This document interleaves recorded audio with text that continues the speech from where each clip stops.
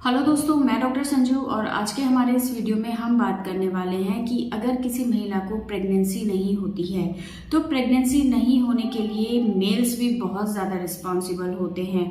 बहुत बार जो मेल्स होते हैं वो फीमेल के तो सारे टेस्ट करा देते हैं, लेकिन अपने खुद के टेस्ट वो नहीं कराते हैं। उनको लगता है कि अगर उन्हें प्रेगनेंसी नहीं हो रही है तो इसके लिए फीमेल ही रिस्पॉन्सिबल है। उनमें तो किसी तरह की कोई प्रॉब्लम उनको नज़र नहीं आती है, लेकिन 50% केसेस में मेल्स भी उतने ही रिस्पॉन्सिबल होते हैं इनफर्टिलिटी के लिए जितने की महिला। तो ऐसे में मेल्स को अपने 3 टेस्ट कराने बहुत ज़्यादा ज़रूरी होते हैं।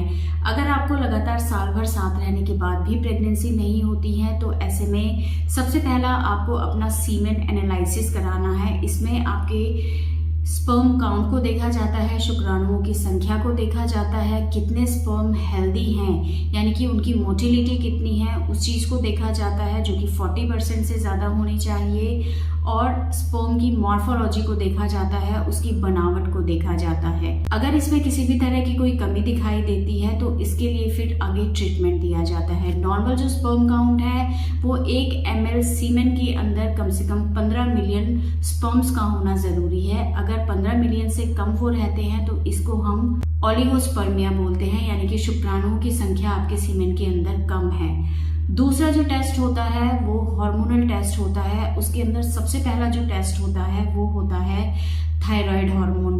कई बार थायराइड हार्मोन के कम ज़्यादा होने की वजह से आपके जो मेल हार्मोन्स होते हैं जैसे कि टेस्टोस्टेरोन हार्मोन, उसके प्रोडक्शन में प्रॉब्लम आती है। अगर थायराइड हार्मोन आपके शरीर में कम बनता है तो इसकी वजह से FSH, LH या टेस्टोस्टेरोन हार्मोन जो है उसका प्रोडक्शन कम हो जाता है, और अगर टेस्टोस्टेरोन हार्मोन आपके शरीर में कम बनेगा तो इसका इफेक्ट स्पर्म काउंट के ऊपर पड़ता है।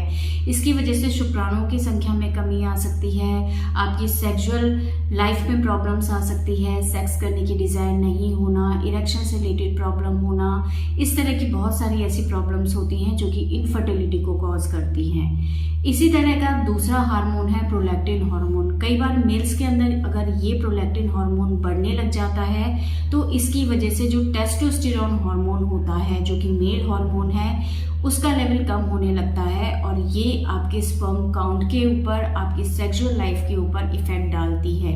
तो ये 3 टेस्ट आपको कराने ज़रूरी होते हैं अगर आपकी इनफर्टिलिटी से रिलेटेड प्रॉब्लम है तो। कई बार मेल्स के अंदर भी ये प्रॉब्लम्स हो सकती हैं, हार्मोनल प्रॉब्लम्स उनको हो सकती हैं।